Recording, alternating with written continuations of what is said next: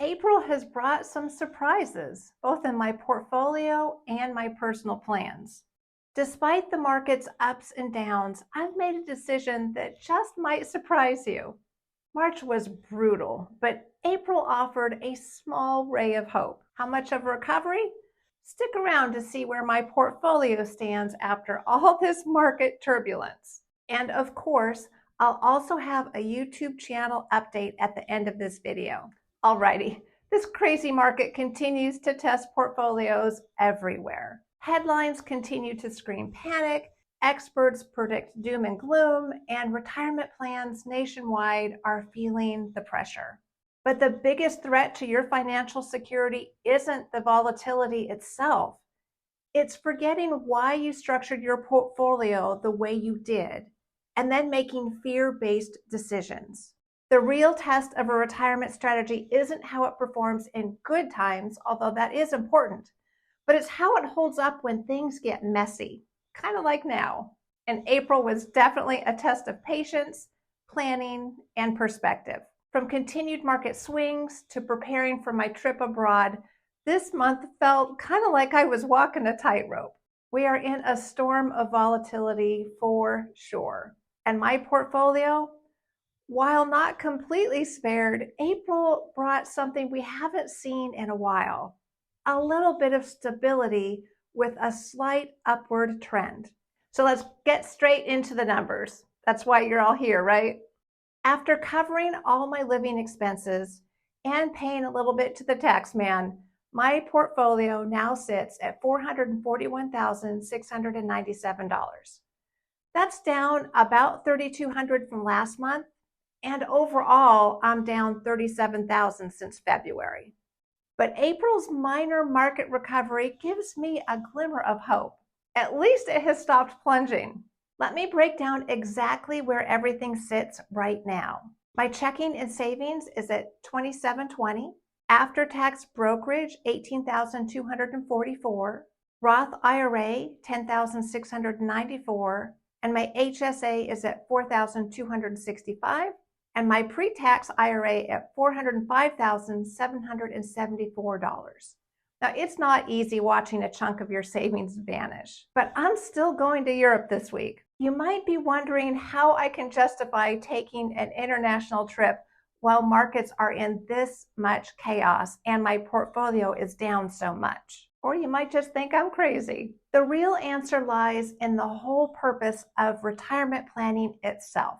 We don't save and invest just to watch our account balances grow. We do it to fund the life we want to live. A life that includes experiences and people that matter to us. And spending May in Europe with my son is an opportunity I am not going to miss, even with my portfolio down. This isn't the first time the market has dropped, and it won't be the last. I don't know, maybe I'm getting a little numb to that fact. But I think what matters most isn't necessarily the size of the drop, but rather how you respond to it. And the reason I am still calm and still boarding that plane is because of the system I've put in place. My 3-bucket strategy isn't just a nice theory.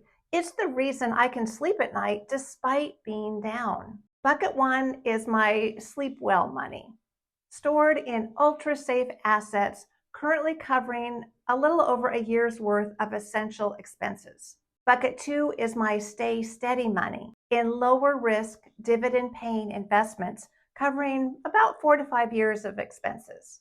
Bucket 3, my growth engine money with higher volatility investments designed for long-term growth. And the growth bucket is the part of my portfolio that's taken a beating right now, but it was designed to weather these kinds of storms.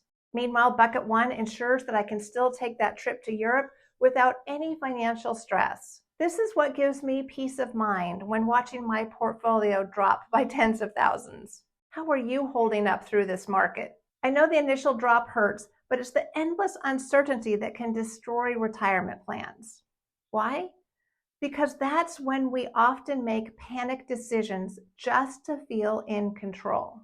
Remember, markets never move in straight lines. Recovery starts with small wins you'll miss if you're obsessed with the previous highs. What separates successful retirees from the rest?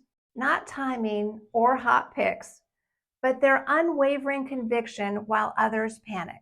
So don't panic. Okay, let's switch gears here and move to a more positive note. Our YouTube community continues growing steadily.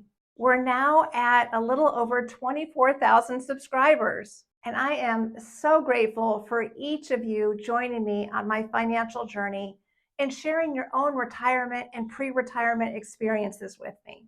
My April earnings came in at a whopping $940. It still blows me away that I can make this much from doing something that I enjoy so much. Now, that is my gross number, so remember, I do have to pay self-employment taxes from that, but it's still a wonderful boost to my retirement funds. And let me know in the comments what topics you'd like me to cover in future videos. And I want to hear how you guys are doing. Are you adjusting, holding steady, or learning something new about yourself during these crazy times? Share your thoughts in the comments. And if you're curious about the 3-bucket strategy that keeps me calm during these downturns, check out my video on the 3-bucket system. It's the foundation of everything I do. I'll also include a link to my monthly budget video. Remember, market drops don't define your financial journey. How you handle them does. So stay disciplined, and I'll see you in the next one, possibly with a European backdrop.